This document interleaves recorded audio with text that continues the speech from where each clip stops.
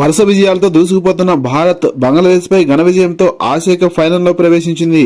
Indian dashing opener Abhishek Sharma తన విధ్వంసంతో మరోసారి భారత్ ను ఆదుకున్నాడని చెప్పాలి.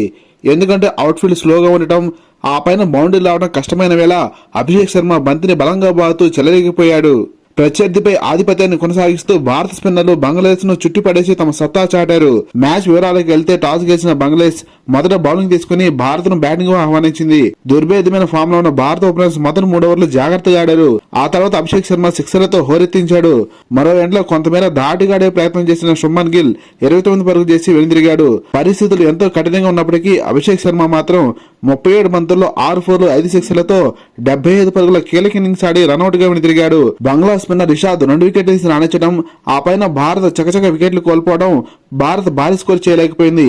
38 పరుగులు చేసిన హార్దిక్ పాండ్యా చివరి వరకు నిలబడటంతో భారత జట్టు 20 ఓవర్లలో 6 వికెట్ల నష్టానికి 168 పరుగులు చేయగలిగింది. 169 పరుగుల లక్ష్యంతో బరిలో దిగిన బంగ్లాదేశ్ ను బుమ్రా ఆరంభంలోనే దెబ్బకొట్టాడు.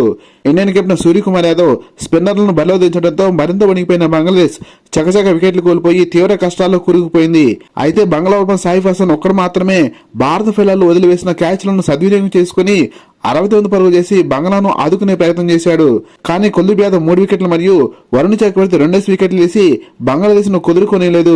18 పరుగుల తేడాతో చివరి 5 వికెట్లు కోల్పోయిన బంగ్లాదేశ్ 127 పరుగులకు ఆల్అౌట్ అయింది. 41 పరుగుల తేడాతో బంగ్లాపై గెలిచిన భారత జట్టు ఆసియా కప్ ఫైనల్లో ప్రవేశించింది. బంగ్లా బౌలర్స్ పై విరుచుకుపడి ఆకాశమే హద్దుగా చెలగిన Abhishek Sharma player of the match award అందుకున్నాడు. లేటెస్ట్ క్రికెట్ అప్డేట్స్ కోసం వీడియో లైక్ చేసి ఛానల్ సబ్స్క్రైబ్ చేస్తామని ఆశిస్తున్నాం.